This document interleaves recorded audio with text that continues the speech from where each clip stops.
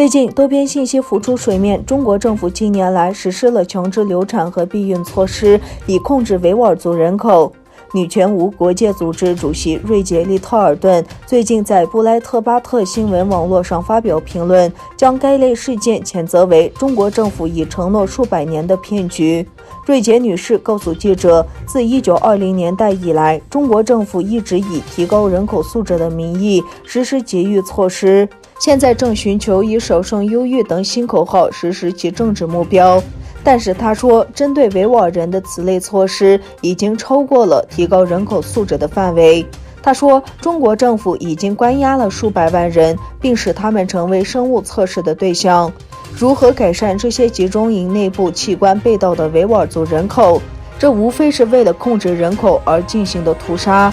瑞杰女士强调，国际社会现在要做的最重要的事情是各国政府共同努力，独立调查中国的这一新屠杀。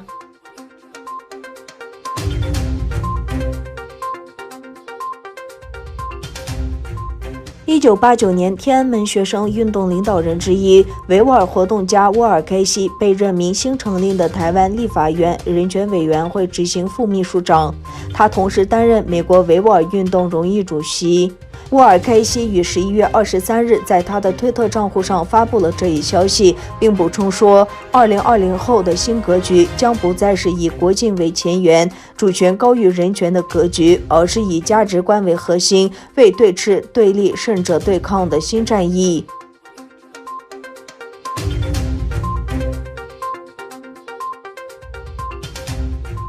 日本首相菅义伟星期三与中国外长王毅会谈时，对中国公务船多次在尖阁诸岛周边海域航行表达了关切。尖阁诸岛主权是此次日中高层会谈的重要议题之一，这个问题是妨碍两国关系的主要因素。日中都宣称对尖阁诸岛拥有主权。中国外长王毅对东京进行为期2天的访问。周二，他与日本外长茂木敏充就海事紧张关系、贸易和疫情应对进行了磋商。双方就11月内恢复因武汉病毒疫情对策设限的商务人员往来达成一致。日本外务省一名官员还表示，会谈中茂木敏充也就香港形势发展和维吾尔人权表示关切。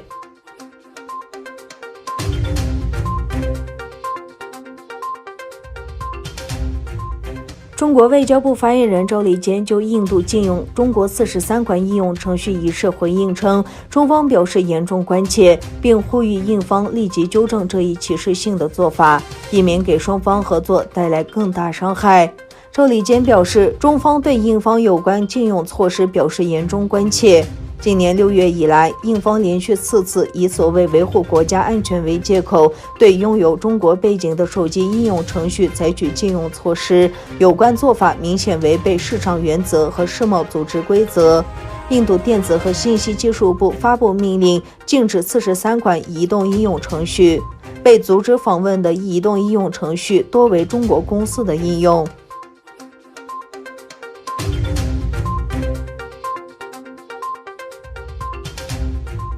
美国大选过后3周，中国国家主席习近平25日致电美国总统当选人拜登，祝贺他当选美国总统。根据中国官媒新华社的报道，习近平表示，推动中美关系健康稳定发展，不仅符合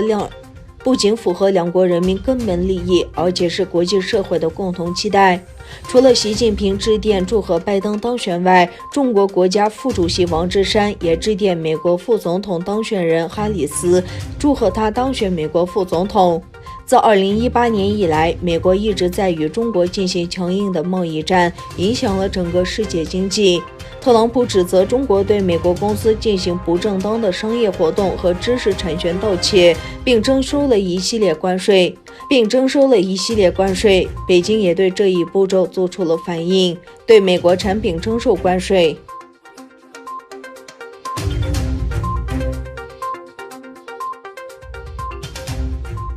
人称一代球王、足球史上最伟大的球员之一马拉多纳因心脏骤停辞世，享年60岁。马拉多纳刚刚在2周前做完脑部手术后出院。